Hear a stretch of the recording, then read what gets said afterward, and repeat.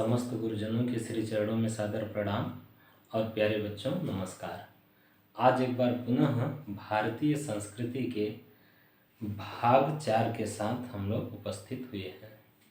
आइए पढ़ते हैं। बच्चों ध्यान दीजिएगा कि इसका उच्चारण बहुत ही सरलता से, सहजता से और सावधानी पूर्वक करिएगा, जिससे अर्थ को समझने में बहुत ही आसानी हो जाती है। ठीक, आइए पढ़ते हैं। अस्माकं संस्कृति सदा गतिशीला वर्तते। हमारी संस्कृति सदा मतलब सदैव गतिशीला वर्तते, हमेशा गतिशील रहती है, हमेशा गतिशील है।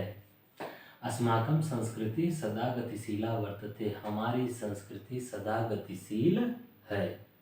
ठीक। मानव जीवनम संस्कर्तुम एषा यथा समयम नवाम नवाम विचारधारां स्वीकरोति।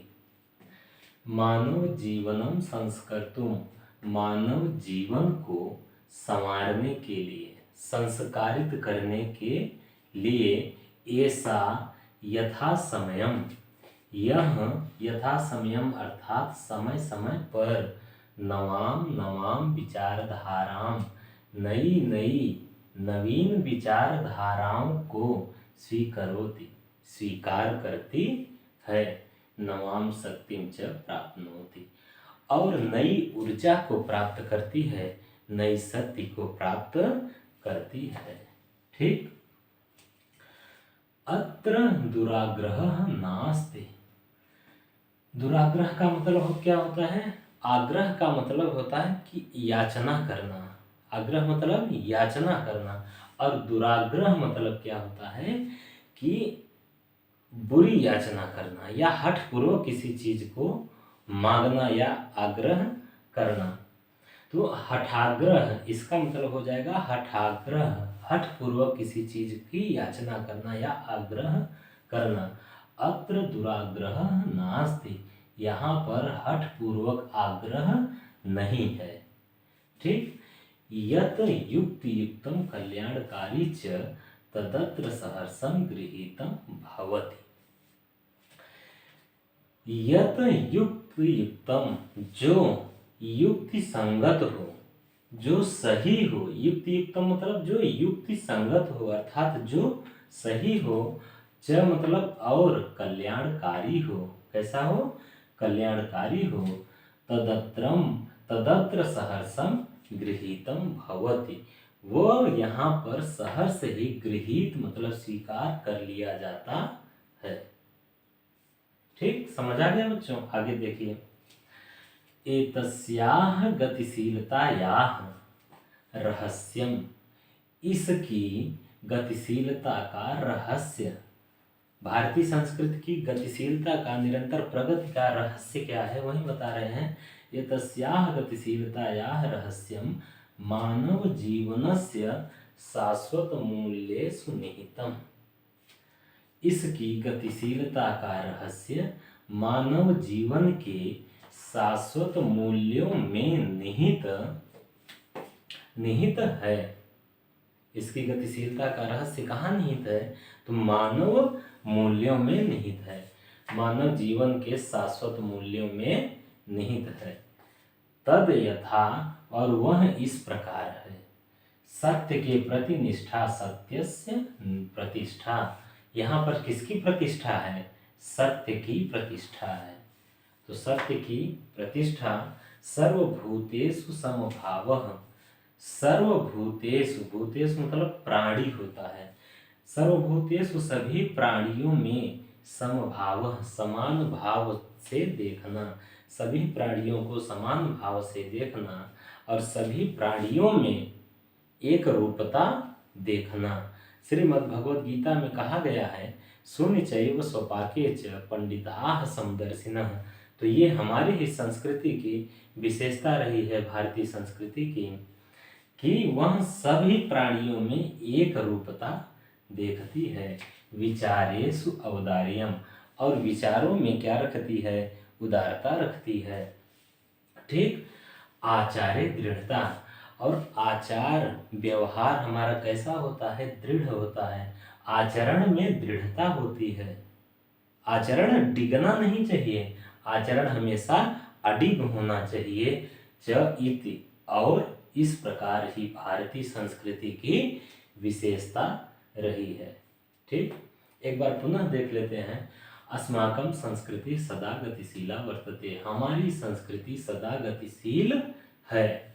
मानव जीवनम संस्कर्तुम, मानव जीवन के संस्कार के लिए ऐसा यथा समयम नवाम नवाम विचारधाराम स्वीकरोति, मानव जीवन के संस्कार के लिए यह यथा समयम समय समय पर नवाम नवाम नित्य नवीन विचारधाराओं को स्वीकार करती है। नवाम शक्तिम च प्राप्नोति, और नई शक्ति को प्राप्त करती है, नई ऊर्जा को प्राप्ति करती है।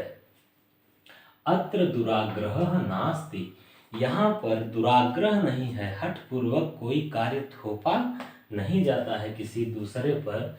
यत युक्त युक्तम, जो युक्ति संगत होता है और कल्याणकारी होता है। तदत्र सहर्षं गृहीतम, उन सब को सहर्ष स्वीकार कर लिया जाता है, ग्रहण कर लिया जाता है। एतस्याः गतिशीलतायाः रहस्यम, इसकी गतिशीलता का रहस्य मानव जीवनस्य, मानव जीवन के शाश्वत मूल्येषु अर्थात शाश्वत मूल्यों में निहितम अर्थात निहित है। तद यथा, और वह यह इस प्रकार है। जैसे, यथा मतलब जैसे, उदाहरण दे रहे हैं कि सत्यस्य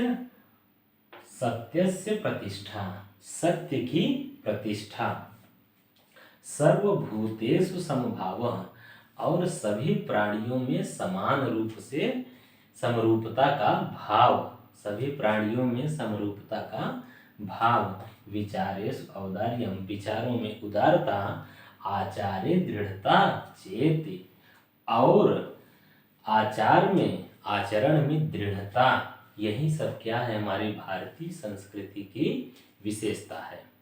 आइए थोड़ा सा व्याकरण देख लेते हैं, जिससे आपका व्याकरण के प्रति रुचि बढ़ती रहे। ठीक, यहाँ पे लिखा है संस्कर्तुम, क्या लिखा है बच्चों, संस्कर्तुम। तो संस्कार में तुमुन प्रत्यय लग गया, कौन सा प्रत्यय, तुमुन। तो तुमुन प्रत्यय जिस शब्द के बाद में लग जाता है उसका अर्थ हो जाता है के लिए। संस्कार था, तुमुन लग गया तो संस्कार के लिए इसका अर्थ हो जाता है। तुमुन प्रत्यय का अर्थ होता है के लिए। ठीक, तो यहाँ हम लिख देते हैं, थोड़ा सा जगह तो नहीं है लेकिन देखते हैं। तुमुन किस अर्थ में प्रयोग किया जाता है, के लिए, के लिए। ठीक, इसको आप लोग ध्यान में रखिएगा, तुमुन का प्रयोग किया जाता है के लिए के अर्थ में। ठीक, आगे लिखा है विचारधाराम, आम आ रहा है। तो अब आप लोग ये बताइए बच्चों कि विचारधाराम में कौन सी विभक्ति और कौन सा वचन है, कमेंट बॉक्स में जरूर बता दीजिएगा। इसमें हम नहीं बताएंगे, आगे बता रहे हैं। इसको वीडियो देखने के बाद कमेंट बॉक्स में बताइएगा कि विचारधाराम में कौन सी विभक्ति और कौन सा वचन इसमें प्रयोग किया गया है। ठीक, यहाँ लिखा है मूलेषु, क्या लिखा है, मूलेषु। एसु आ रहा है, हमने बताया था, या तो आए आसु, कहीं पर आपको दिख जाए आसु, या फिर आपको दिख जाए एसु, क्या दिख जाए, एसु, तो समझ लेना वहाँ पे कौन सी विभक्ति हो जाएगी। तो वहाँ पे विभक्ति हो जाती है 7 की पावर 3, सप्तमी विभक्ति बहुवचन। या तो दिख जाए आसु या तो दिख जाए एसु, किसी शब्द में समझ लेना कि सप्तमी विभक्ति बहुवचन का उसमें प्रयोग किया गया है। यहाँ पे मूलेषु लिखा है, क्या लिखा है, मूलेषु। एसु आ रहा है तो सप्तमी विभक्ति बहुवचन का प्रयोग किया गया है। मानव जीवनस्य, क्या लिख रहा है, स्य, 6 की पावर 1, षष्ठी विभक्ति एक वचन। ठीक, और यहाँ पे लिखा है सत्यस्य, इसमें भी आपको बताना है ये आप लोगों के लिए होमवर्क है। सत्यस्य और विचारधाराम, सत्यस्य और विचारधाराम में आपको कमेंट बॉक्स में बता देना है कि कौन सी विभक्ति और किस वचन का प्रयोग किया गया है। अगले वीडियो के साथ फिर जल्द ही मिलेंगे, तब तक के लिए नमस्कार।